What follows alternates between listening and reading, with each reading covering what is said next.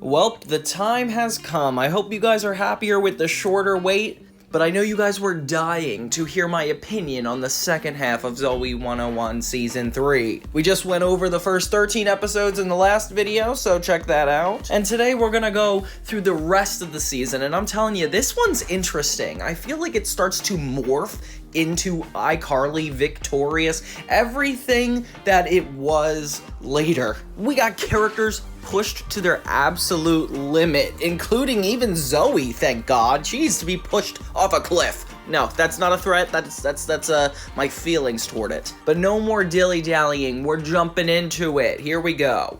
Remember when Miranda Cosgrove popped up on Zoey 101? If it feels a little bit of like a deja vu, you're not alone. She's known as the devious little sister on Drake and Josh, and obviously the web show star on iCarly. And this kind of goes back to the Drake and Josh reference, where she's kind of like a 13-year-old science whiz, and in this she's Quinn's competition. Very impressive, Paige. Makes me wonder what other wrong things Quinn has taught us this semester.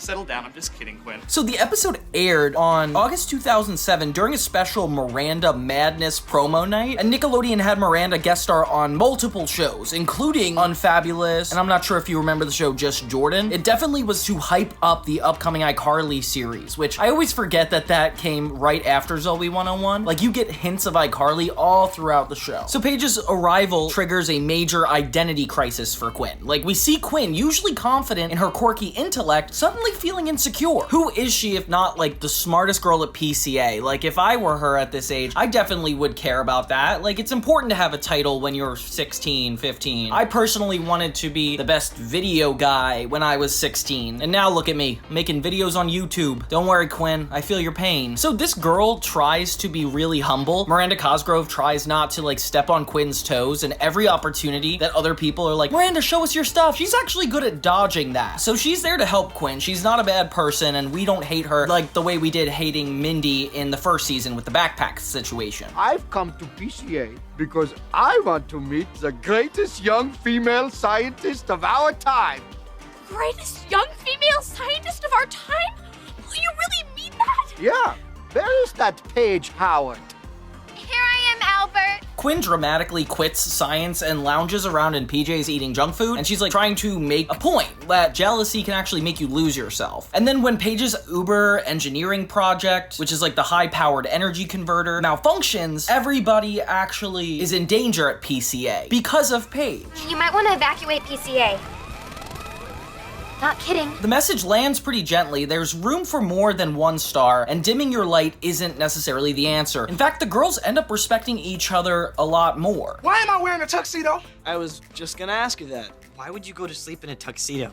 I didn't. Oh my god, when Chase and Logan gaslight Michael for a psych experiment, they actually blast Drake Bell's song Fool the World in the background after being found out. It's an interesting little Easter egg because obviously Drake Bell was on Drake and Josh at the time, and him and Miranda Cosgrove knew each other. Drake Bell was on the first season of this show. Actually, there was a lot of Drake and Josh in this show. Paige at PCA is like, it's the episode that signals a more interconnected Nickelodeon era. Like, it helped launch iCarly, Miranda. It's a nice little callback to the Nickelodeon universe. And thematically, it sets the tone for the season 3's later half, where characters would be pushed out of their comfort zones, whether it's Quinn's smarts or Chase's feelings. Ha! Yeah, we're getting back to Chase again. In the next episode, Dance Contest, it's more of like a friends helping friends episode. Kind of reminds me of when iCarly and Drake and Josh did that dance episode. Usually sitcoms do like musical episodes, but the Nickelodeon shows seemed to care more about the physical dancing movements. Are you gonna make me say it? Say it. You can't dance. I can dance. Well, yeah, but not in a way that anyone would wanna, see.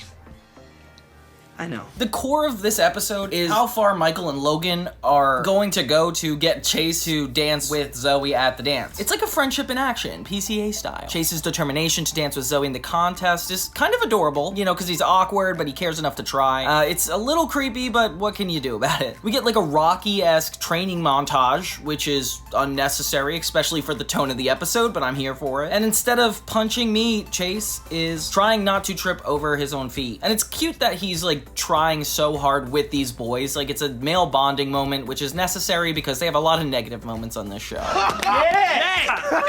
Yeah, that's my boy. Not horrible. I've seen worse. It's a light storyline all around, and it's definitely about stepping out of your comfort zone for somebody you care about, and friends having your back, even when you are flailing. Like, literally, Chase is such a bad dancer, but at least it has, like, this moral compass to the episode. The B-plot is so weird because it's all about this customer of the week situation. Darla is customer of the week, which means she doesn't have to wait in line. And she gets free coffee whenever she wants for a whole week. Well, who picked her? I did. Logan is pretty much insistent that he will be the customer of the week, get all this free coffee. The guy giving away the coffee is not really here for it. He's like hard to impress. They even have the coffee guy fake attacked and Michael saves him. I don't know how like nobody else is helping in this moment. Like, is somebody gonna help this coffee guy? But then you don't feel that bad after because you find out that the only reason he's giving out coffee like this is so that way he gets with girls. Such a 2000s trope where it's like guys just used different ways to get closer to women, and it's creepy, unnatural, and sometimes in like love stories it's supposed to be like cute, and I don't know how I feel about that portrayal. I am not making out with you for free coffee. And anyway, I have a boyfriend. And the new customer of the week is Molly Talbertson. Oh, and the nurse is consistent. I know she's in the Curse of PCA episode, and she's in this too. It looks like they're a lot more worried about the continuity of it. And of course, we never see this coffee guy again. And you know what's so weird? By the time this episode aired, actually all of season 4 had been filmed. So the show was literally over, and this show still had like 2 years to catch up. And there's a C plot, and it's really weird. Apparently, there's this undateable guy because he's British, and I guess girls just love British guys. I don't know why that was a thing back then. And she uses her acting skills to manipulate him. Like, this whole plot is she's faking needing to learn a British accent, so she asks this guy to tutor her. And she acts like she's so bad at it because she's about to do this audition and she really needs the help. Pardon me, but could you please show me the way to the car park? When the guy finds out that she's actually really good at the accent, he's kind of annoyed because she lied to him. He seems like he's gonna beat her up. This guy comes on like really strong. Yeah, see, I Lied to me.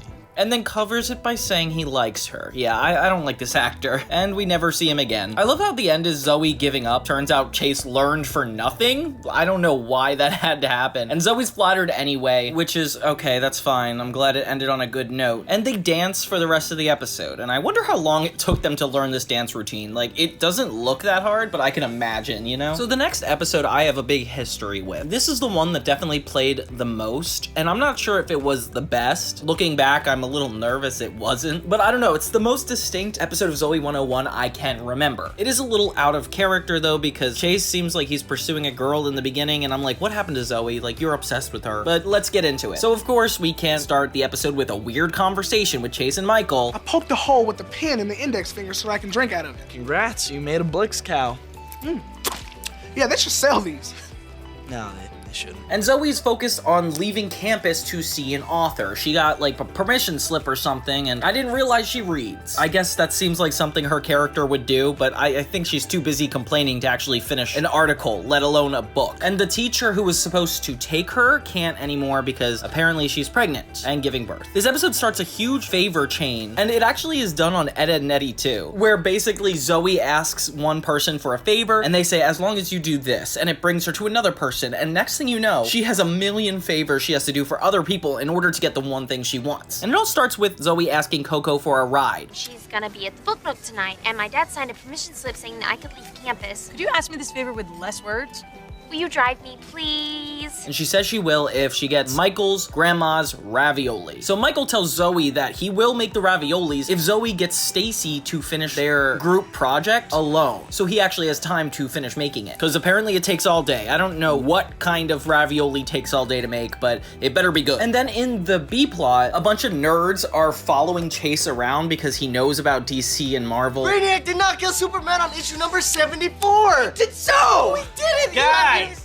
Seriously. It was not Darkseid, it was not Brainiac, it was Doomsday! all right? My uncle used to manage a comic book store, and when I was a little kid, I did way too much reading. And it's just like a group of the robotic nerds following him around campus, and he like doesn't know how to get them off his back. But the reason I like this side plot is because it actually ties into the A plot eventually, but just stick tight, we'll get there. So Stacy agrees to Zoey if she can get a date with Logan, because she's obsessed with him, and Logan says he will if he gets his ring back from Dustin, because apparently he lost it in a bet to him, and Zoey's like, well, that's not fair, but then he's like, I don't care, get it for me. So Dustin's getting ready for his talent show, and of course his sister is asking him at the most inappropriate time. I think I'm having a panic attack. Think about flowers. He says he will if they can get Lola to be his little assistant in the talent show, because everybody has a crush on her. Oof, this kid's a genius. In the meantime, the nerds following Chase tell him that they nominated him as president, even though he clearly doesn't want to be a part of the group. I kind of like how this escalates, but Chase as a character makes no movement in this episode. It's just things happening to him as opposed to him like taking any direct action and having a result from that, which is, I don't know how I feel about that kind of writing. I'm leaving now. He wants you to carry a stack. Come on! So apparently Lola can't be in the talent show with Dustin because she promised to babysit. She says if she can get Chase to babysit for her, then she'll go. And Chase says he'll do this if she gets the nerds to stop following her. This poor child caught in the middle of these teenage issues. I don't know what kind of parent left their infant child with these people, but they are the worst to be around them. Is that my shoe he's chewing on? I'll let him have his fun. So Zoey gets ready for the book thing, and the nerds say that they are only going to stop bothering Chase if they can get a hold of Quinn's operating system. It's called Windows QP, and I want it. Turns out she doesn't have it anymore. It was like an old project file, and now Zoey is freaking out. So when she can't actually get Quindos, the nerds go back to chasing Chase. Chase gives the baby back to Lola. Lola leaves the talent show. Then Dustin takes his ring back from Logan, which I don't know why you just left in the middle of that talent show. And Logan leaves his date with Stacy and forces Michael to join him, who in turn throws out the ravioli. Jesus, that was so much. And it's kind of annoying because it's like, you're telling me all your friends are just this angry at you. That's a very like transactional relationship, to just have expectations that high for your friends and just ditching them if it doesn't turn out perfect. I feel kind of bad for everybody in this situation. They like almost don't work together. In the end, Zoey takes the ravioli from the trash and Coco ends up taking her. I'll take it. Get in the car. Ay, ay, ay. This is so gross. This grown woman is eating ravioli from the trash as they drive off campus. I think the series should have ended here, honestly. This whole episode feels like one of those video games where you're like a detective and you have to get clues throughout the people in the town. But it is funny that Ed and Nettie did this type of episode. Like, I feel like this is more native to like a live action show, but I mean, the fact that they did it too means it's just a funny idea all around. So this next episode, the title really disgusts me. It's called Zoey's Ribs, and I don't know what I thought this was about, but it wasn't what it eventually was. It's like a common thing for all these kids to get things from their grandparents or inherit something, like Chase's radio. And the same thing happens in this episode. Oh my god. What? Your great Uncle Morris passed away. I have a great Uncle Morris? Well, had. And he left you some ribs. Like a truck full of ribs for her. And of course the lunch lady is like, I do not want to keep this in the fridge all weekend. But she's kind of funny. I really like this lunch lady. I wish we saw her again. I did not suffer through 2 years of cafeteria college for this. They kind of have a genius idea to have a cook-off, make a good situation out of the whole thing. They want Coco to be a judge for the contest, and she's super excited. Ribs? Can I be the judge? Well, yeah, we were just gonna ask. I want to be the judge. Okay. You can be the judge. And it's kind of about Logan and Michael coming in between each other, about how to sauce the ribs right, and even physically attack each other. Zoey and Chase jump on either one side, and then suddenly they're against each other. The next thing you know, Dean Rivers is trying to get involved, and he found a famous Food Channel chef at the gas station. And this is just all weird to me. Apparently, he wants to judge the rib cook-off. So now they gotta tell Coco that they don't want her to do it anymore, and she actually gets really angry for a second, until she learns that it's the famous chef. And they kind of like each other. You are a food expert? Oh, you bet your sweet Pippi. Nothing I've heard a human say ever. And Logan actually starts to bribe this chef, and he has like no reaction to it. Each of them like try to win him over, like so determined to win this competition. Even Michael gives him a massage, which is so crazy. I can't tell if he's like receiving it or not, but it's still disturbing that this young child is giving a massage to an adult. It's so weird because it's like there's this huge event that's like really professional, but so little is really actually happening. Until we find out that that the cops come to take the food chef because it turns out he's an impersonator. What the heck? Like, what is this premise? Well, this guy's not Pierre Lamange. What? He's an imposter. He goes around the country pretending he's Mr. Lamange so he can get free stuff and special VIP treatment. The argument about the rib just abruptly ends, and I'm not sure what this is. They celebrate at the end, but I don't know what they're celebrating. This episode, hodgepodge of confusion. I'm gonna say it, I don't think it was structured like a normal show. If this was taken out of the Zoey zeitgeist, I don't think we would miss it. It feels like the worst in all of them. Like in season 1, we had the Drake Bell concert. In season 2, we had the people auction, and now we have Zoey's ribs. It's almost like it's going downhill in terms of quality. But whatever, let's keep going. Okay, now it's time to get scary. It's time for some spooky music and a flashlight under the chin because PCA has a ghost story. The Curse of PCA, a 2-part episode, special 1 hour long. And it aired in October 2007, embracing the Halloween spirit fully. It was a wild departure from Zoey 101's like usual sunny realism and plunges into a supernatural adventure, which controversially is not a good thing. It definitely was paced in a way that I was not comfortable with. Like, you expect so much to go down in this episode, but I'm telling you, it's hard to even believe this is about a curse until you're like 30 minutes into it, I swear. The plot revolves around an old PCA legend of a student named Charles Galloway who was stressed by an impossibly hard test, ran off into the hills above campus, and was never seen again. Supposedly, he left behind a very powerful necklace that perhaps has a curse with it. And of course, the gang is up for adventure, especially when it has nothing to do with their daily lives. Lola says he can lead us up there no problem. And that he's super cute. Her words. They hike to this cursed spot, and then a giant storm happens, and things start to go wrong. Like, the phones die, compasses spin, and the thunderstorm has, like, freaky green lighting, showing that they disturbed Charles Galloway's necklace. Oh, because they found it. Yeah, that's what happened. And don't even think about trying to steal it, because we're gonna frisk you. Everywhere. It's like veering into Scooby-Doo or like Are You Afraid of the Dark territory the way it's going. It's like a strong fantasy plot that's differentiating from the whole series concept. And Zoey's always been grounded up until this part. I mean, aside from Quinn's sci-fi technology, this whole special pushes that aside and is like, okay, let's just have an outlandish episode. They all have like a different experience when they all go out to the desert. And I wish this happened more so at night because it would have been a creepier vibe. We got Logan, who is like the treasure seeker and actually steals the necklace. Classic Logan. As they head back to PCA, they think they've left Charles Galloway behind, but that's when he starts coming up in really unexpected and terrifying ways. The great part is like how the characters are reacting to it. It was Don't say it! Ghost! It was the ghost of Charles Galloway! Like, Zoey becomes like this reluctant heroine because she actually breaks her ankle. That's why she's convinced it's real. Chase and Michael try to carry her out of the desert, and even Quinn, without fear, leads the charge to set things right. It's a nice flip because it used to focus on just Chase saving Zoey, but it's nice that like all the characters are kind of involved from now on. We gotta go help him! You help him! What, the 3 of you are just gonna let me go in there alone? Yes! And Zoey at least is a little integral in solving the situation, despite being injured. And I like that she has like something to overcome throughout this. It makes me more worried for her, especially when we feel like there's a curse going on. It's beyond me why it takes the whole first part of this episode to establish all of this. It's out of 60 minutes, 30 of it is Act 1, 20 of it is Act 2, and then they just do Act 3 in 10 minutes. It feels like so disorienting in terms of storytelling. And it's hard to tell if the curse is like real or just like a coincidence. The episode kind of plays it as if there are real supernatural happenings, a bold choice for a teen show. And even though there's like kind of a morality tucked in, it still feels like it's a failed attempt to scare the viewer. The only message they're trying to tell is don't take things from somebody's resting place. Like, it's good advice, but like, I don't know, it doesn't feel like the episode actually reflects what it's trying to set out to do.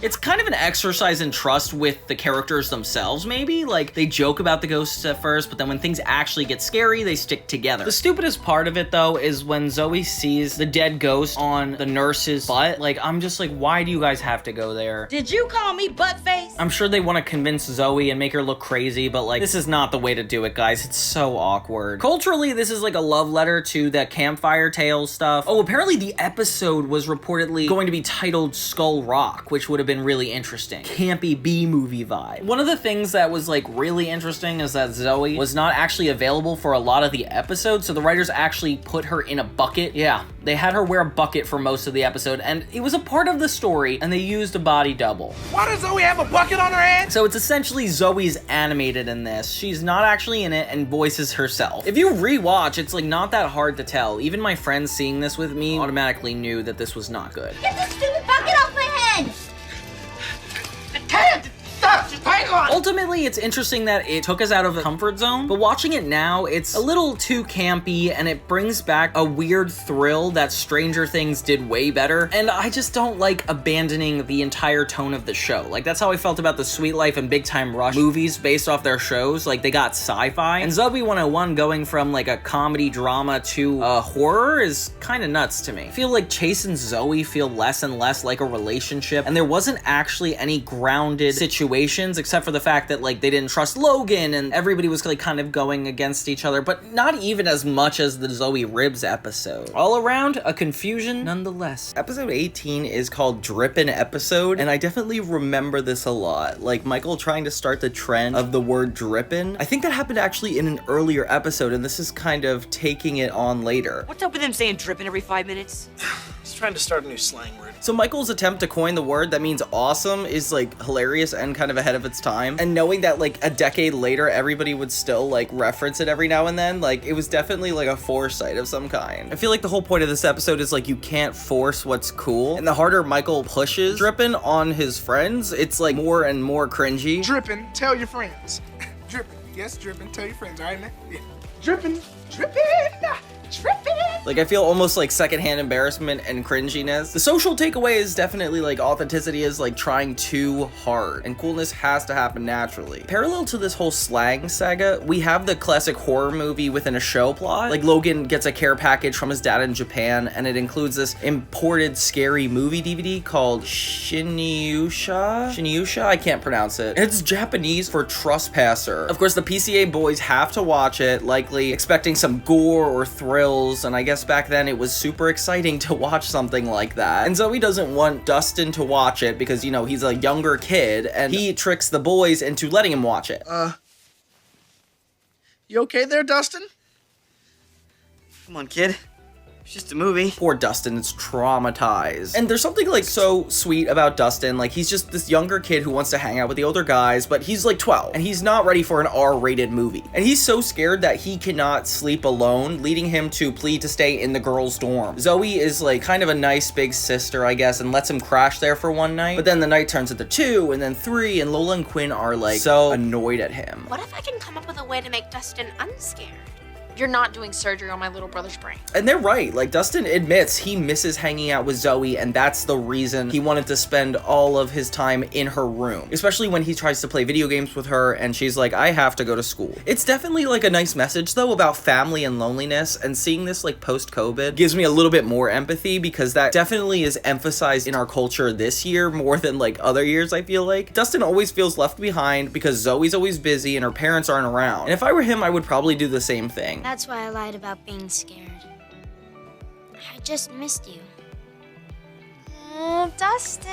It's touching that the show addresses like sibling love, but I do think Zoey can be a toxic big sister a lot. And so if there's any like actual emotional beat, this is the episode to have it. Now the third thread in this episode might be the funniest, is Logan's mysterious J phone. So we got this flashy Japanese cell phone that's pretty much illegal in the US because it operates on police frequencies or something wild. I didn't even know that was a thing. And only Logan would brag about an illegal gadget and not expect consequences. A fire alarm keeps going off in the dorms, and the Dean Rivers is like, okay, somebody's been doing this. And all the boys are turning on each other. Even Logan is like, whoever's doing this is gonna be in big trouble. Lo and behold, it is him. And of course he doesn't expect it to be him, so everybody's gonna get revenge on him. They're illegal in the US because they operate on restricted frequencies used by police and fire departments.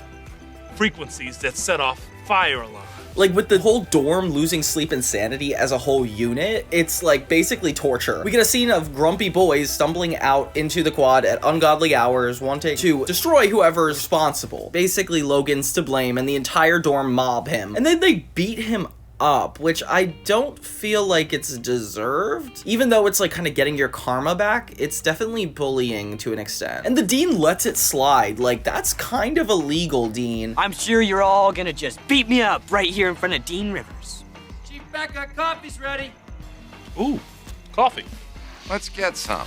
The lesson for Logan is there's limits to daddy's money. Some cool toys just ain't worth it, especially if they make you the most hated guy on the dorm floor. And don't smuggle tech from overseas, kids, especially if you like the Switch too. I know, I like it too, but it's not time for that. Usually Logan's schemes end with like a slap on the wrist or something going on, like he ends up in a fountain and always suffers like some kind of reaction for what he does. Culturally, the episode, it definitely captures that era where horror movies were big globally, like The Ring and The Grudge, these old Japanese movies that were remade in English, and they just kind of had like a good play on it. It's also a playful precursor to how iCarly would later integrate tech into their storylines as well. And the same alarm sound is in Drake and Josh's Josh is Done episode and an iCarly episode, which is so funny. Nickelodeon's just reusing all of this stuff. The episode never felt like overcrowded, although I am kind of confused at why it was named after the least important plot line. I mean, maybe because it's about communication struggles and Michael not being able to communicate what's cool, Dustin can't communicate he wants company, and Logan can't communicate a problem because he doesn't realize what's going on. Overall, like, a better episode than I expected it to be, especially with the name of it, you know? It's Drippin. No! Did you hear that? Did you hear it? He said Drippin. The next we have is episode 19, Son of Dean. It's kind of crazy. This is about dating the Dean's son. The episode is two different shows woven into one, part like teen drama about crushes and trust, and then also a sketch comedy spoof, which I did not expect from the show. And even though it's not really a part of the tone of the show, I think it's welcome because it does add like a unique aspect of the series. On one side, we have Zoey's foray into the dating PCA royalty with Dean Rivers' son, Lance. And if you're Chase, you're probably really depressed because this guy is just destroyed at every angle. We love him! I feel like him and Zoey aren't really a thing as I've been seeing. Like, he hits on a girl at the foosball table, she's dating somebody else. Like, it feels like they're kind of like leaning away from the whole plot line, which in retrospect is kind of nuts because this is the whole thing that ties the series together. So if I were them back then, I would definitely try to make it a little bit more the forefront, especially since as we get to the end of the season 3 arc, Chase is going to inevitably leave. So this guy, Zoey, is clearly smitten. It's like dating the prince of PCA for her. Chase and Michael even tease her about it, calling Lance perfect, but in the classic teen drama fashion, nobody is perfect, and we're waiting to see what this guy's big issue is. When a raffle fundraiser pops up, Zoey miraculously wins. You're going? We're going. But how did The movie studio gave my dad 2 tickets. One to raffle off, and then my dad gave this one to me. Want to go together? And Zoey's friends smell something fishy. Like, Lola and Quinn are like, no, there's no way. You had to have rigged the raffle. Of course, Zoey's kind of defensive about it. Zoey doesn't want to believe it. Like, she likes this guy after all. And we've all had that moment when your pals see red flags in your crush and you're kind of blind to it. I'm not sure if you guys went to middle school. That's just kind of how it was back then. Finally, when she's confronted with the evidence about Lance's own cocky confession, which is ridiculous, he says, like, I rigged it, no big deal. Like, as if nobody's gonna care. Zoey's actually able to see that, like, he is not cool. Lance? What? You rigged the raffle? Yeah. She immediately dumps him, delivering a nice karma. But it bothers me because it's like she is so willing to date clearly, and Chase is just probably not worth it, because if she really did care about him, maybe she would have dated him at the time, but she didn't. That's kind of sad. She has zero tolerance for liars and cheaters, which is respectable. Like, there's a lot of people that would stay in relationships despite the fact some people would be disrespectful, and I feel like it's good to kind of touch upon something like that in a teenage show. And the growth moment for the character is definitely necessary. Like, season 1 Zoey might have agonized a little bit longer, but season 3 Zoey is a lot more forward and aggressive, even though I would argue not always in a good way. But the whole theme is like integrity in the relationships, and I like that even the minor cheating, like rigging a contest, actually like defines who you are as a character, and Zoey not sticking around is a solid message. But then the other side of the episode is comedy. Like, Chase and Michael try to produce a comedy sketch for their website, Toon Juice, which feels like another iCarly plot, and they need to pump out 26 short animated episodes of their creation, the Blunder Twins. How are we gonna think of and make another 26 cartoons in 7 weeks? It took us a whole week to make the first one. Ay, ay, ay. They are terrible artists, though, and writers, and the stick figures are literally painful to look at. Like, this is the worst attempt at creativity I've ever seen. This is why you go to PCA, guys. You need to be taken away from society. They end up plagiarizing an old sketch concept, like 2 talking bowling pins, joking about an approaching bowling ball, which is actually, I don't know, I do think that is a funny idea. It's also a famous bit from Saturday Night Live. I don't know if you guys realize that, but the legal drama is real. Because they get a cease and desist from Friday Night Live, which is Zoey 101's parody name, and I didn't realize they actually did something like that. This is actually kind of cool. The way it unfolds is hilarious and definitely pretty meta. Like, we get a spoof of real cultural institutions like SNL, but teen characters dealing with copyright issues, something that's really funny in a pre-YouTube popularity era. It's a letter from the lawyers who represent the TV show Friday Night Live. They saw our cartoon? Yeah, they did. They also saw it 4 months ago when they did it. The subplot was definitely ahead of its time under content creation, something that, like, not a lot of people dealt with at the time. Like, I feel like most people would tune out of that storyline because they definitely didn't realize its impact. It also kind of gave us a window into Chase and Michael's friendship when they're not dealing with Zoey and outside of this whole thing. These guys are just 2 goofy friends trying to make each other's big ideas come to life. Oh my god, so funny when Logan decides to film a Dancing with Logan video to send to the girls. Like, I can't believe how much gall this guy has. Some PCA girls are from Texas. Definitely one of the funniest visual gags of the season, like Logan doing this whole tango in thin air, and a parody of like YouTube and MySpace videos. It's just funny, and I think both A and B plots converge on the idea of like honesty and consequences. Zoey stands up for dishonesty, and Chase and Michael face consequences for their dishonesty in their art. But it doesn't really come together that correctly. Come on. Like, we were the first show to do the scared bowling pins. They did the same bit on the Dick Van Dyke Show in '65. I'm pretty sure Sid Caesar did it before that. So whatever. But it's definitely memorable because the short-lived romance that wasn't Chase and a 1-episode wonder, we see Zoey actually move on from the Chase drama. And I don't know if it's a good view on her character. So episode 21, we have Hands on a Blix Van. If you thought the PCA students were above crazy gimmick contests after all the episodes they've had, think again. Hands on a Blix Van is inspired by those real-life hands on a hard body competitions where people literally stand with a hand on a truck for days to win it. And only at PCA, the prize can be this extra. It's a private jet for 2 anywhere in the entire world. What? How would you give that away to 2 students? I don't know if I would trust anybody under the age of 18 to know where to go on such a prize like that. I feel like they can't even get teenagers to go to school anymore. Brad came to watch. Brad? Hey, Brad! And she's out! It definitely hits the mid-2000s in the best way. Like, reality shows like Survivor and endurance stunts were huge. So, like, PCA hosting this was definitely of its time. It looks like Michael is still with Lisa, which is good to know. I'm glad he's still in a relationship. Although this is only the second time I think I've even seen her. But she's quirky, she's cool. And the 2 are both in the competition, so it kind of brings a little tension to their relationship. So Michael, Chase, Lola, Quinn, Logan, and even background characters like Stacy join this whole thing. Actually, wait, no. Quinn has a backstory where her breath stinks, so she's trying to find a solution to it. Hello! How's my breath? But instead, it turns out to be laughing gas and actually doesn't get her to stop laughing ever. Another Quinn experiment gone wrong, but this time no Dustin, no Michael. It's not happening to another person, so I guess it's fair. So yeah, Logan is the most snotty about it all, which is not really that surprising. He pretends to have a disability just to sit on a chair. Stacy has a lot of really funny one-liners. Oh.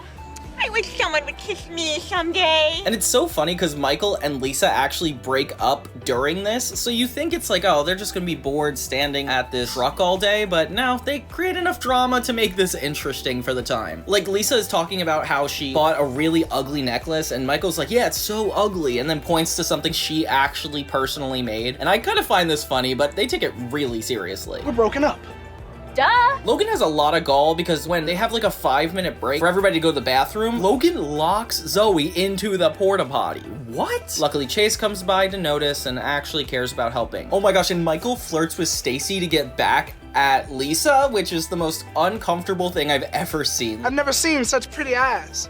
Oh, well, my optometrist would beg to differ. Stacy is actually a really funny character. She's definitely like the Craig and Eric of this series. If you remember Drake and Josh, Craig and Eric are the 2 nerds. One by one, they all kind of leave. Michael and Lisa actually get their hands off the van, and they realize that each other is more important, and it finally comes down to Zoey, Chase, Logan, and Stacy. But Logan gets Stacy to get her hands off the van by saying he will date her for a week. A quick solution to a stupid problem. With the whole B-plot of Quinn not being able to stop laughing, Lola has to like find find a solution to this. So she ends up kissing Mark, and it makes her emotions so intense that she stops laughing, which I feel like if this were a real problem, that would not be enough to solve it, question mark? Yeah, whatever though. I love this school. So Logan ends up bothering Chase enough to get him out, but luckily Chase calls him out for not actually being crippled.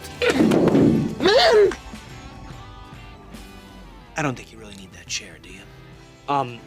Well, I guess my leg is feeling a little better. So then it's just down to Logan and Zoey. Finally, it's the next morning. Turns out these guys were here for 24 hours. Oh my gosh. I would be so annoyed if I lost something like this. Think about all the time you probably wasted. Although I think everybody was a little smart. Within the first 7 hours, they were gone. But 7 hours, even then, that's crazy. Zoey convinces Logan to have them both bring off their hands at the same time, but it turns out to be a trick. And Zoey turns out she can't play fair just like Logan. So it's fighting fire with fire, and I guess the moral of the story is you can do that with no consequence. Because Logan's a bad person, I guess he deserves it. We made a deal. You can't just... Logan, you still have me.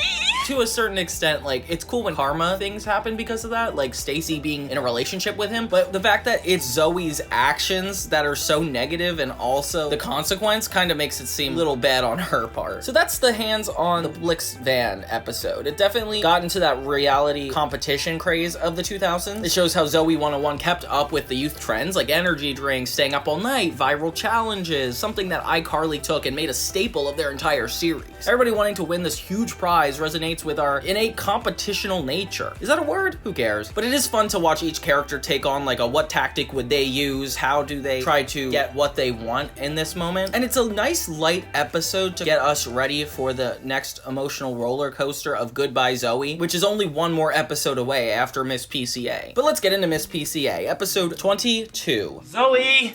2 more minutes. Bored. Look at the fire extinguisher.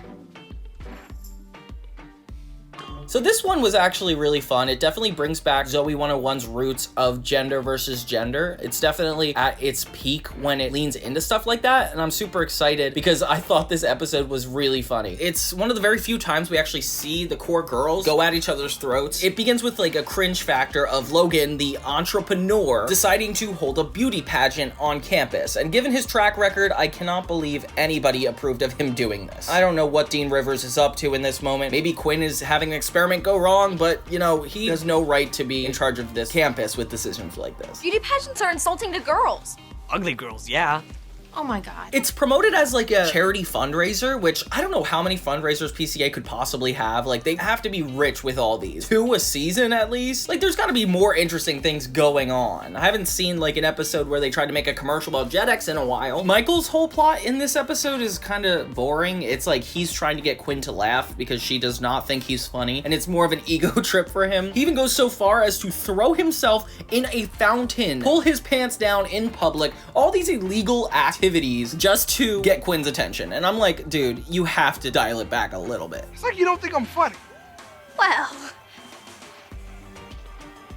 Oh my god! But you know what? Speaking of not dialing it back, Logan's beauty pageant is just ridiculous. They have the grand prize being that the winner gets to be on the cover of Buzz magazine, which actually really matters to the girls because it's a popular teen publication. Especially Lola, who wants to be an actress, like this would instantly get her a manager, which makes sense for her to do it. I don't know why Zoey cares so much about this or wouldn't just step out of the way for her friends. Lola is super into it right off the bat, and we definitely get a Mean Girls PCA edition. Zoey and Lola become hyper competitive against each other and start doing things that would betray one another because they think they're secretly out to get each other. But that's not anybody's fault except for Logan. Logan tips off Lola to say that, like, why wouldn't Zoey do anything it took? It doesn't matter that she's your friend. Zoey's competing against you.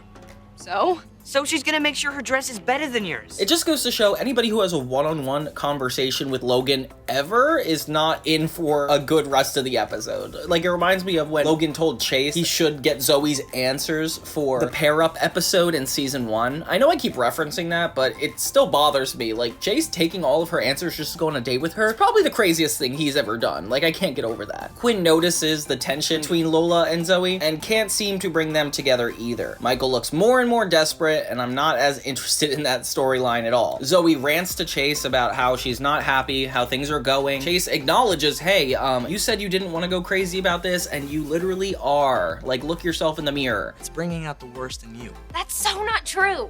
It's like you to run around freaking out, dying for Logan to pick you as the prettiest girl at PCA. And she doesn't admit that she has a problem. But I like the writing here because we aren't sure if Zoey really wants this or she's actually just trying to be a part of a competition. But I like that she's so vague that we don't really know. And even though Jaime Lynn Spears is such a bad actor to a point where it's like, I don't even think she knows her true intentions, at least the writing gives you the implication that she's just doubling down and going for it. But still has a little bit of humility, like she's okay with it. Stacy's running around with a dress this whole episode and it's definitely really funny. You like my dress?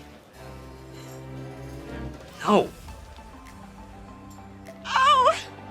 Well, thanks for the constructive criticism!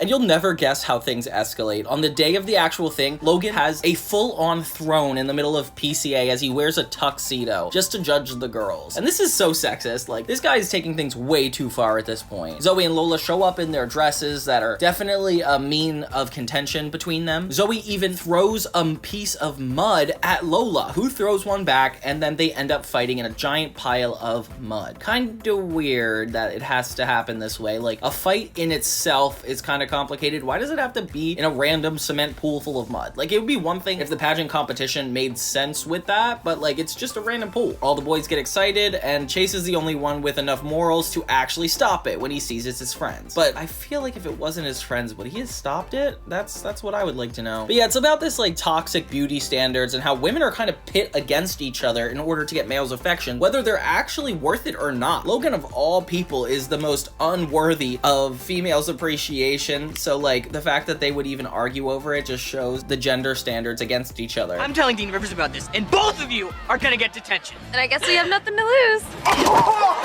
This episode's just feeling a little too gross, and I do not like all the mud. I feel so bad for the actors that had to do with this that day. Sisterhood over competition. It's just nice to see that this doesn't tear them apart completely. In the end, it definitely gives a lot of laughs, a bit of drama, and a warm, fuzzy feeling when the girls reconcile. And it's so close to the finale that I'm almost sniffing it. Having watched every episode up until this point, now I feel like there's a lot of skin in the game for me to enjoy this. And I really hope Chase's departure, as we know will be the end of season 3, is definitely worth the time spent. I know season 4 in itself might not be exciting, and I know that's kind of risky to see if I'll like it or not, but if we could end with Chase having like a decent ending, I feel like I can overall give the show like a C+.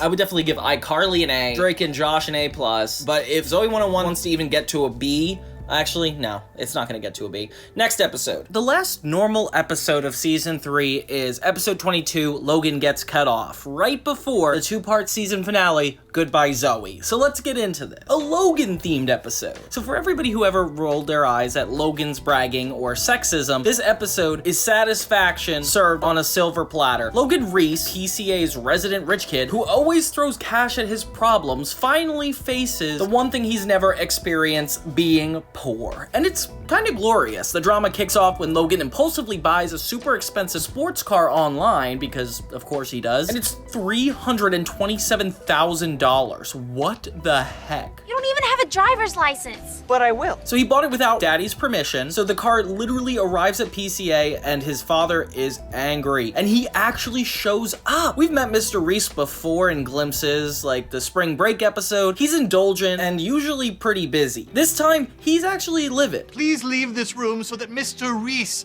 may speak with his son. Hey, come on, this is my room too. You know, suddenly I feel like standing in the hallway. In a scene that made all of us slightly terrified, Logan's dad publicly confronts him, returns the car, and cuts up Logan's credit card. And I feel kind of bad for him a little bit. Not that much, but a little bit. He basically says, like, you're done living off of the gravy train. Dad, no! Chauncey, please talk to him! Let go of my lapels, or I'll poke you in your neck. So the next part is comedic karma. Logan goes from flaunting wads of cash to not being able to afford to get a burrito at the cafe. He can't pay people to do his laundry or homework anymore. And at first he tries to tough it out, doesn't give up on his pride, but reality sets in fast. He's never learned any basic life skills. He's letting kids throw tomatoes at him? For $1 a piece. It's horrible. Can I borrow $1? That's when Zoey, Chase, and Michael come in. They actually try to help him survive real life, which is really nice of them because he's never treated them good enough. Watching Zoey teach Logan how to do laundry is so funny. It's almost like sibling-like. The gang gets to know Logan a little bit more through this tough time of his. And instead of mocking him, they decide to guide him. Lola becomes Logan's fashion consultant since he can't even get expensive haircuts. She helps him with his hair, and Chase tutors Logan on writing an essay because he can't pay a nerd to do it. But there's genuine growth peeking through. Logan starts to learn how to say thank you, words we've never heard from him. He also realizes how much he took for granted, which is probably the best case scenario. Meanwhile, in the B plot, Michael claims he's an expert escape artist, able to free himself from any knots or ropes. Quinn and Mark, the experimenters, tie Michael up to test his boast. And it's so funny that like some of the subplots usually have to do with Quinn and Michael, like it doesn't have to do with Dustin anymore, like the second season. Like there's just so much eras that the B plots of Zoey 101 had. I don't even think I can get into them. So Michael spends the entire episode not being able to get out of this chair. It doesn't impact Logan's story like at all, but it's thematically connected by the idea of overconfidence leading to comeuppance. I've been out here all night, man. I'm starving. Are you gonna finish that corn dog? No. Really? Can I have it? No. What would you do that for? I don't know why this is a part of Michael's interests, but whatever. It's not like we could have added Dustin to this episode. Zoey, Chase, and Lola find out pretty quickly that Logan got his money back a week ago. So he's been making Zoey do his laundry, Lola do his hair, and just been taking advantage of them. Then they bring in that poor guy from Robot Wars, this kid that plays literally like the featured extra. And he's funny, he's earnest, but they give him the most mundane roles in these episodes. I feel like these kids just take advantage of him. They get him to admit that he did get his money back a long time ago, and he brings out his MasterCard to prove it. I'll give you $100,000 for it right now. You don't have any money. Yeah, don't listen to him. His daddy cut him off. He cut me back on. So Logan buys this box of coins because they're supposedly worth a lot, and Reese's dad is mad. So Mr. Reese and Chauncey show up to PCA and they visit a lot to check if this thing is legitimate, and Chauncey's right, it's not. I'd say somewhere between 50 and 75 cents. It's essentially like he just bought Bitcoin. Logan says he was born to be rich, and I've never heard a more conceited statement from a character. Please, I can't be like other kids. It's disgusting. For longtime viewers, this episode is pretty cathartic. We've endured his antics for quite some time, and to see him get consequences is really nice. It definitely could be a wake-up call for young viewers to make sure to, like, live within your means. Maybe don't get too overconfident in money or use it to solve your problems. I mean, it's hard for me to take a lesson away from this, but it was overall a really funny episode. Oh my god!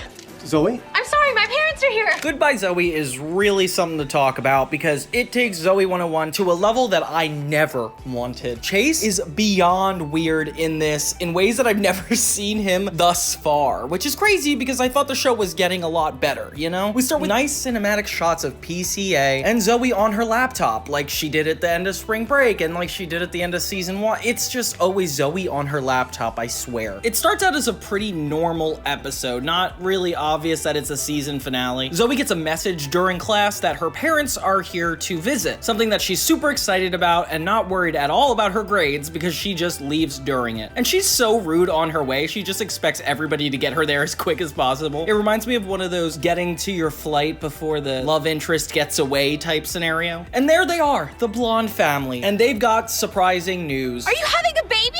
Mom! No babies, no babies, right?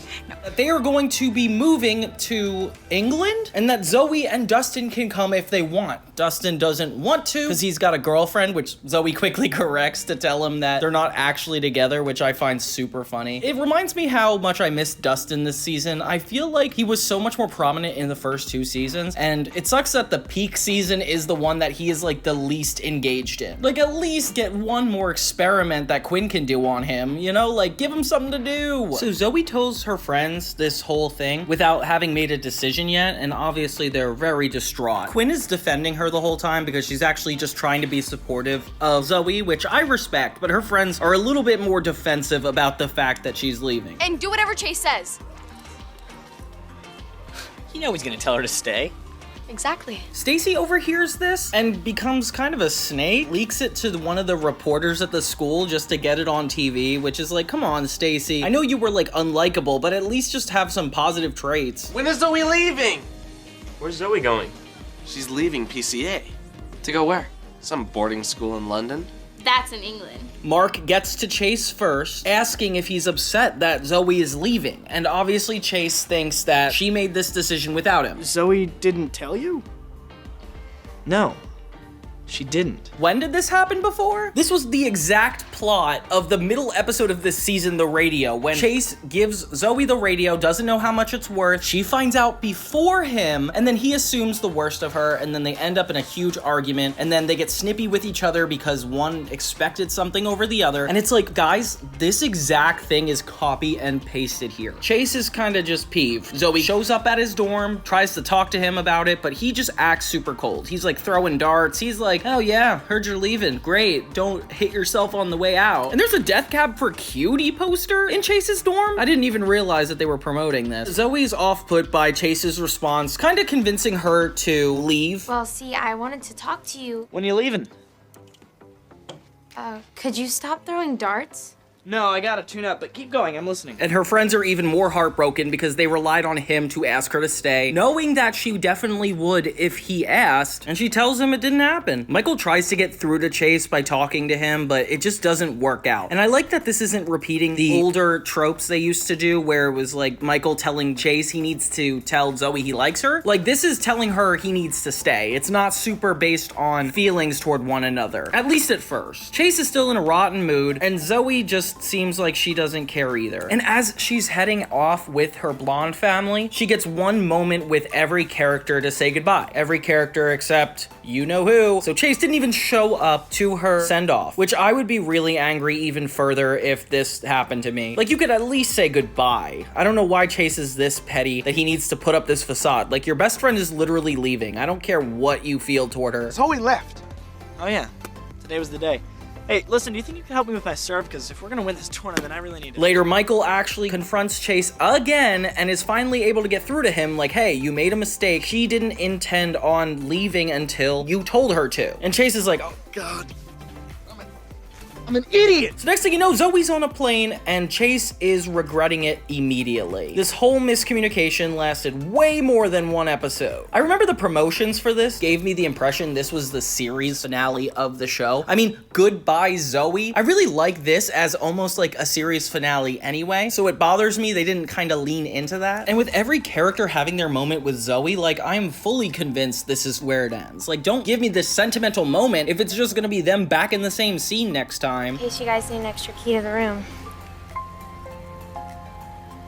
Thanks, Zoey. Chase is trying so hard to apologize to Zoey, but obviously he can't get to the airport, he can't get to England, so he's gonna video chat her. He finally gets to reconnect with Zoey, explain his whole side of the story, and she's kinda not here for it. Like, she doesn't wanna hear it. He already disrespected her, which is fair. I agree with you, Zoey, but in return, you should come back. No, I'm just kidding. But yeah, Chase expects her to just come back. Like, I don't know why he thought for a second that's how it would work. He essentially gets thrown off the deep end trying to figure out how he's gonna feel about this whole situation, if he can even adjust to life at PCA like this. You hear anything? And you know what? This is where it gets insane. Chase brings this girl named Gretchen, another blonde that looks exactly like Zoey. Like, this has got to be like her body double or something. Chase keeps bringing this girl that clearly doesn't even want to be there. And he doesn't even seem like he likes her. He just seems like projecting onto her everything he wish he could have done with Zoey. He even gives her a key, which she does not care about, to try to replicate what Zoey had. And that's where it gets a little psychotic. Now you'll always have your key. Maybe later we could paint it together. This is stupid. All right, to Sushi Rocks. I hate sushi. Logan and Michael are super concerned for him, and I would be too. There's not really a B plot in this, but we do get a funny moment aside from the plot where Stacy moves in with Lola and Quinn to assume that Zoey really is gone for good. Then I went to my roommates and I said, would you girls be upset if I moved out of here and in with Quinn and Lola? And before I even finished the question, they were helping me pack my stuff. Chase calls Gretchen the Gretch, and I don't know if that sounds like some kind of discontinued Muppet character, but it's not Jaime Lynn Spears, I'll tell you that much. I guess the friends realize they should be having an intervention for him because things are just way off of his rockers, and if I were them, I would have thought this has gone too far and moved out of Chase's room. And then we kind of get the moment we've all been waiting for throughout this entire series, and that's kind of how you know Chase isn't going to end up on the show much longer, because why would they throw out his whole storyline? Because the character leaves. I know he mentioned in a podcast recently that he wanted to go back to school, or his father wanted him to go back to school, which kind of seems like a bad reason, but for me, I'm like, wow, that's like such a more worthwhile experience than being on the set of this show. So good for Chase for getting out of it. But while the boys confront Chase about Gretchen and how he's using her to replace Zoey, the webcam is recording, so Zoey actually is able to hear this whole conversation, and this is one of the craziest things. He admits how much he's in love with her on screen. I don't just miss her. I'm in love with her. I've been in love with Zoey ever since I met her. Is there any crazier way to end a season? You know what? Zoey 101 gets a little bit of credit for this, although I feel like it's not as quality as any other show ever. This is definitely how you do a really good season finale. Like, could you imagine waiting for something like this? Like, these answers are so important, and I need them right now. There we go. End of season 3. I wish it ended the show. That would have made people mad. It would have been like really annoying not to get the closure here, but it would have been better than the entire 4th season, which I guess we're gonna have to get into soon. Let's enjoy the fact that we got through this whole 3rd season of 26 episodes. Definitely one of the longer chunks I've had to do on a Nickelodeon show specifically. But yeah, how do you guys remember feeling about this finale? I feel like when we think about Zoey 101 in retrospect, we definitely remember this part the most. And I wish it did end here. We got really good moments with Zoey and the rest of the cast. If anything, that second part is what kind of undid all the things that made it meaningful and then turned it into one big joke. I mean, up until the very end, of course. Zoey 101 Season 3 is remembered for a lot of reasons, and a lot of reasons that are really positive. The first 2 seasons were a little hit or miss for me, especially depending on the episode, but this one is definitely the height of its run. But I gotta admit, the second half of episodes is definitely a little bit of a drop, as when you guys see my ranking, most of these episodes are not high on the list. But you know what, like Chase backing off of Zoey a little bit, we got Lola pretending to not know how to be British, and Logan being pushed to his limits. It's like, I don't know, this season is definitely interesting. But if it were up to me, honestly, this whole show should have ended at this season. You get a little bit of a peek into wackier concepts, like Zoey getting a bunch of ribs gifted to her.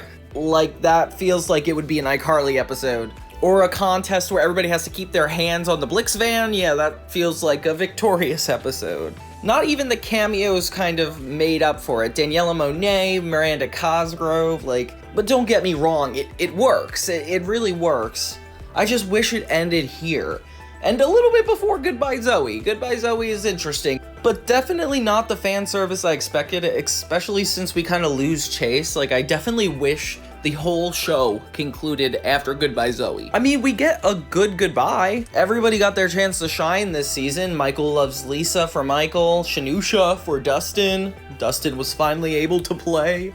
Okay, now that we went through this monster of a Zoey 101 season, the moment I was dreading this entire time, when I would have to rank these episodes. I did a Hannah Montana Season 1 ranking, which was 26 episodes, and oh guys, it took me so long. So let's just dive into it. Let's not dilly-dally for too long. Let's rank Zoey 101 Season 3. Okay, so at the final episode on this ranking, we're gonna have episode 25, Wrestling. Yeah, I really hated this episode. I felt like not only was it irrelevant to the boy versus girl scenario, it was also kind of crazy sometimes. I don't have too much to say about it. I did think it was really funny the way the coach interacted with Zoey, and even though in real life that would be super toxic, it's funny in this context. The 24th episode, I would say, is Zoey's Ribs.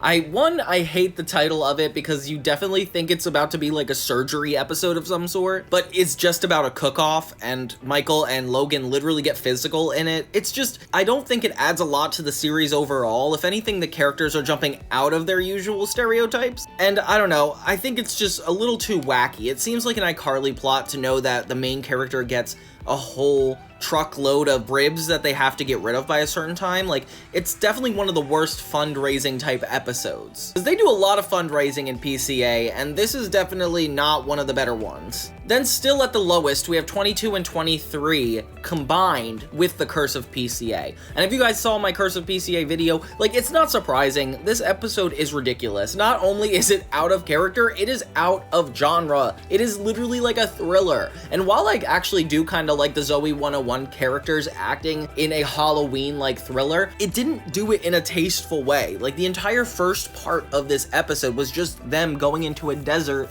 and nothing really happened until halfway through the episode. Therefore, it wasn't even relevant to be 2 parts. They could have fit in the important story stuff into the actual episode. I don't know. Like, the second part was definitely better than the first because it picked up the pace and actually went through the issues, but I'm definitely going to put it this low on the list because you shouldn't advertise to be an hour-length movie and then be nothing about what the show even intends to be about. Like, it's like if iCarly or Victorious did a full 1-hour episode of that April Fool's Day idea, you know? Like, it just doesn't work. The Drippin episode I had to put at number 21 because, honestly, it didn't feel like it did much anyway. This episode is really forgettable, and I don't know if I would remember it if I needed to. The B-plot is almost more interesting than what's going on in the normal one. Like, it's about them seeing this horror movie called Shanusha, and Dustin freaks out, and it just kind of makes his character look bad as he takes advantage of Zoey and tries to stay there. And then the guys have that whole like side plot of the fire alarms constantly going off and nobody knows who did it, but it ends up being Logan, spoiler alert. I don't know, it just feels like it wasn't necessary, especially for the episode being named after the term Michael coined, Drippin. Like, it doesn't even give you a hint into the episode at all. It's just so irresponsibly titled. 20, I would say, is Paige at PCA. If you guys remember the retrospective, this is when Miranda Cosgrove guest starred, or we got Jeanette McCurdy last season and Daniela Monet this season. I feel like it would have been better if Miranda Cosgrove's character was actually interesting. Like, here, it's like she plays every character she played before, like devious, smart, quirky, but in this version, she has no substance. She's just like Quinn's rival and doesn't really play a part bigger than that, nor does she have like a moment with many of the other characters. I feel like it was just a waste of a role for her and overall like an uninteresting episode, so what's the point of doing it?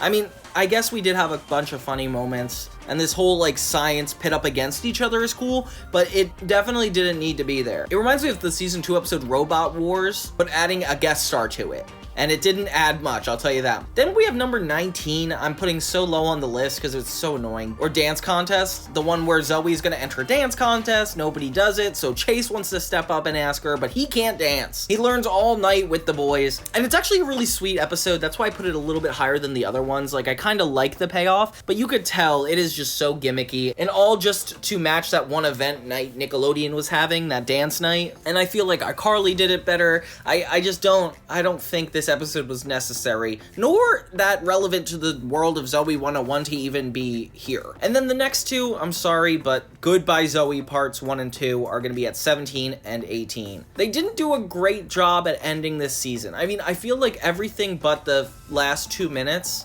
was really boring. Like, the moment we figure out that Zoey is completely gone, that's cool, but everything else feels like a copy of the radio with Zoey and Chase fighting, and the fact that it's done for a second time in the same season is really unappealing to me. The way they're intending to write off Chase is a little too obvious, and you're thinking about it the whole time, and I wish Zoey's goodbyes were a little bit more genuine, because it's like the show could have ended here, but it didn't. I mean, I really like the first part. The first part, I think, was slightly more decent than the second part, despite those last 2 minutes of the second part. Like, them trying to go on without Zoey Zoey is just a little too comical for what this show set up to be. Like, Chase having a replacement for her makes him seem so shallow, and I think it's taking the show a little too far before its final season. Like, we don't want to go that off the rails like Victorious did, but I guess nobody's watching out for that stuff because it was too early in that series. The next one's funny. It's number 16 I'm gonna put as the quarantine episode, when all of them take in Quinn's gas and have to be stuck in the girls' room. Why is it not so high on the list? Probably because it's like one of those single location episodes,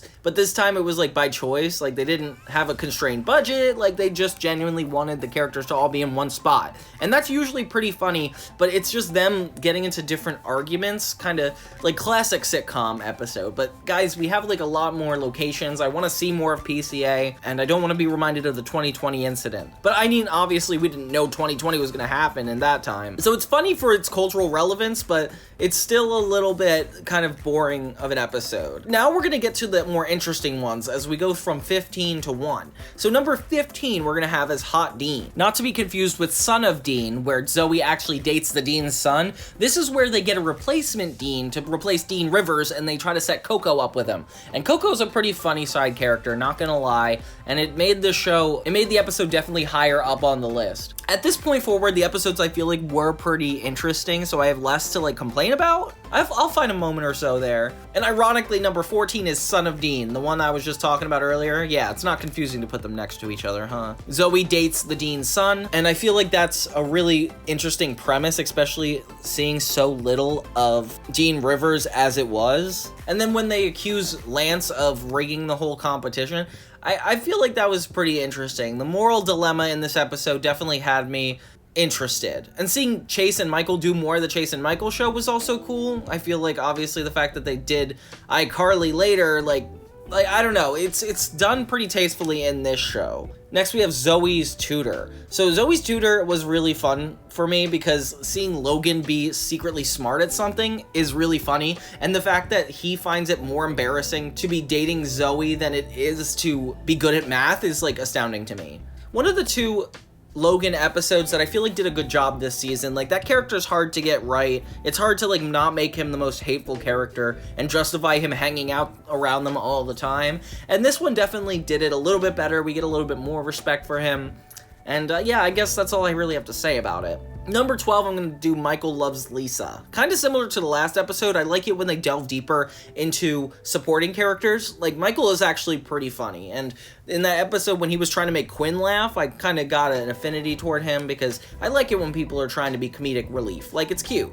And him having a crush in this episode, seeing how he takes it, is just so funny. Like, he's about to sing on stage, but he can't because that girl's there, and he pukes. Like, that's comedy gold. So yeah, I had to put that one up higher on the list. And I like that they brought back Lisa one or two more times before the end of the season. Like, I felt like that was a really cool choice, and like as close we get to continuity in this series. And then we have one of the most dramatic episodes. Number 11, Chase's Grandma. I put this higher on the list because I feel like when Zoey 101 wants to be serious, it does a good job. Unfortunately, it only is trying to be serious 3 times in its whole series, with every other time being nothing but a joke of itself or a joke of the characters around it. And this time wasn't them putting out some jokes and just giving up. Like, they have a genuine relationship with Chase and his grandmother, and it's lower on the list because it really bothers me that Zoey cares about her own grandmother, but cannot relate to Chase about that. Like, I feel like the characters aren't leaning into who they really are in this, making it feel a little bit inauthentic. I do definitely get a nice side of Chase, like seeing him care so much about somebody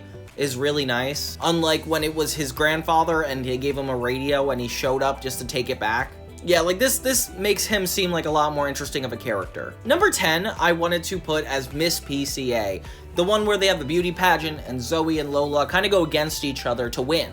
Logan Reese is the judge, and it's a whole episode where people are sucking up to him just to win. And it's such a funny power dynamic episode because of all people that could be in that position, Logan is the wackiest. And they're really good at trying to make this character seem okay, despite the fact he's kind of a horrible person most of the time. But I like the whole gimmick of it all. Like, I do like everybody getting dressed up, having this whole event that's not necessarily a fundraiser like they usually do, and being a good old friendly competition. I especially like that Chase calls out Zoey for her actions. Like, she says she's gonna do one thing and then actively doesn't, which actually is a cool character trope. Like, Zoey's usually pretty bland, so seeing her actually act in this one, it's not gonna kill you, Jaime Lynn.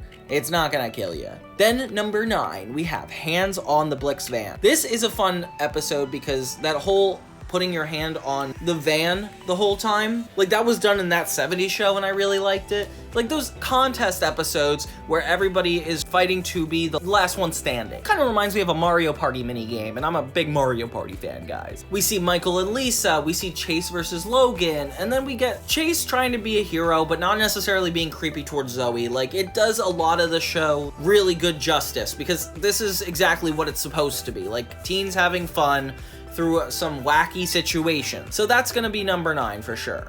Number 8, we have the infamous favor chain. This is the episode where Zoey asks for a favor from one person, then another person, and then eventually all of them get undone and she loses all of the favors she set out to do. It's all just for her to get to go off campus with Coco driving her, and it's just, I remember watching this episode over and over again, and I thought it was going to be horrible and torturous, but it's actually really good. I'm surprised I turned it away so much when I was little, because I like the idea of owing stuff to your friends. It actually takes the cynical approach to sitcoms, like Drake and Josh in this, to like a learning lesson level. Like, there should be a moral behind something like this. It's definitely relevant in how I felt at the time when you didn't understand what it was like to take on responsibilities as a friend, like what it was, like how far are you willing to go for this friend? And even though it was toxic, it all managed to make sense. Although the ending was kind of crappy, I really wish they actually learned a lesson, but it doesn't really drive the message home, if that makes sense. Number 7, I'm putting so high up because I thought this was really funny. Seeing Chase versus Zoey was a very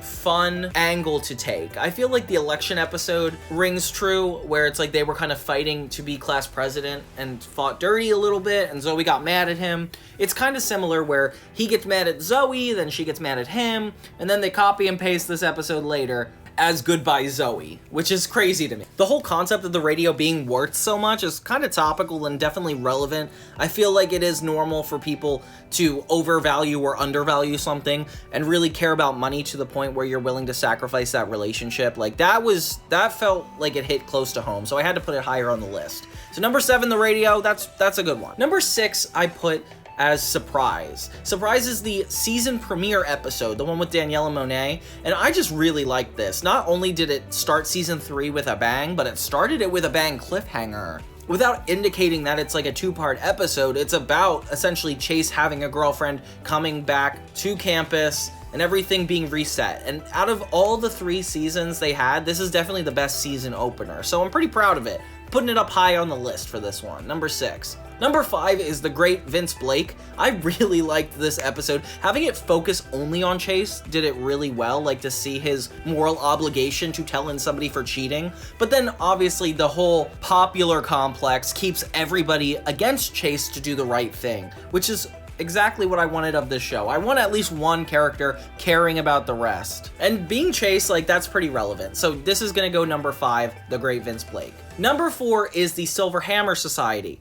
I also really like this one because the cult reference is really funny. I like it when all these characters are trying to be a part of this one thing that they don't really understand a lot about, and the whole parody on a frat or fraternity type situation is really funny for these characters. Like the fact that Logan tried to sneak into initiation, or everybody got in the society except for him, was really, really good. It's exactly something I would see happening on a campus like this. That's why it really fits into the Zoey 101 world. I feel like it just builds on it, as well as we get to see different sides of the characters, so I had to give it number 4. And of course we have Chase acting like he's so much better than it all. Sorry Chase, I had to do it. Number 3 is Zoey's balloon. So Zoey's balloon, in this episode they have to write like one of their secrets, put it on a balloon, and then send it into the sky. But Zoey puts her secret on there, somebody finds it, and she gets blackmailed the whole episode. I kind of like this plot a lot because I like seeing how far one person is willing to push the main character, and having Chase's girlfriend be the season opening situation, but come back a couple times with Daniela Monet getting revenge on Zoey was really good. It kind of gave me that Neville Papperman vibe where even though she never comes back again, she comes back another time, and I thought that was really well written this time. It feels exactly like the time capsule episode at first, and you think it's gonna be about like Chase or something, but then it ends up being about Zoey and actually trying to out her own secret before somebody can do it for her. It covers that teen angst of like, oh, this would be so embarrassing if everybody knew this about me, and they lean into it really well. I actually cared about Zoey a little bit in this episode because obviously if you're being blackmailed into telling your secret, you're kind of the victim of it all, and fine, Zoey, you can act a little bit spoiled if you know that. But your secret wasn't even that dramatic. I feel like everybody had a worse secret than her. So it just goes to show that her as the main character is kind of weird. Number 2, I had to put as like one of the funniest episodes, for sure. It's Logan Gets Cut Off. We get to know Logan so well over the course of so many situations, from the pilot to even cursing PCA with the locket. Like, this guy is pretty dynamic, and they seem to use him really well. I feel like seeing his father again really did a lot of fan service for me at the time, because back then I was like, I haven't seen him since spring break. And that was a pretty iconic episode. And having him come back in this one with a bang, that's cool. Because Logan's rich for so much of the show, and just to see him in a different light actually helps a lot.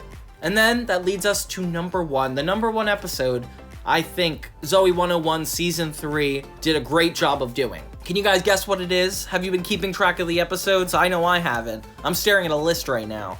Yeah, number 1 is Chase's Girlfriend, the second episode, and the sequel to the first episode, Surprise. The Daniela Monet timeline, I would say. All the building of Chase's relationship with Zoey takes a comedic turn in this episode, having him actually get a girlfriend that he doesn't actually care about, and then she tells him not to talk to Zoey anymore, and she looks like the bad guy, which is kind of annoying, because Zoey and Chase's relationship compared to that, despite the fact that he's dating a girl, like, I feel like it's like borderline cheating, and sure, it's inappropriate to ask somebody not to talk to somebody else, but in the context of knowing that Chase has a crush on her, like, this is a waste of her time. One of the funniest episodes in the series. I didn't expect it to be the second part of a full episode, making Curse of PCA and Goodbye Zoey in its dust, which is sad because it's earlier in the first season. Like, you expect the show to develop and get a lot better, but I feel like a lot of my top 10s were from the first 12 episodes, so not expecting that, but pleasantly surprised. Whew, so yeah, that's ranking all the 25 episodes of Zoey 101 Season 3. How did you guys feel about Season 3? I mean, I told you guys it's the best season for sure, but I'm only saying that because of the first half. Like, the second half of this season definitely gets a little wacky and out of control, and most of the episodes ended up in the latter half of the list. But overall, it did a great job at improving itself. It made sure it didn't overstay its welcome, and had a few twists and turns that I really liked. Aside from some of the boring episodes, it still kept me mildly entertained the whole time, without being super boring. Everywhere I look, it says the season has 26 episodes, but with both parts kept in mind, it looks like it's only 25, so if you guys are here to correct me, go ahead. But yeah, I guess we're moving on to Season 4. It's not something I want to do, and it's definitely, like, the worst season, but I don't know. I'm definitely excited. I'm not sure how to feel about it quite yet, but this has been a more exciting ride than I thought. Thank you guys for all your support on my retrospectives. I love doing all this, and I'm having such a good time, and I couldn't do it without you guys and your watching, I guess, your vision or hearing. I don't really know what to credit it. This is Johnny 2000, and have a great day.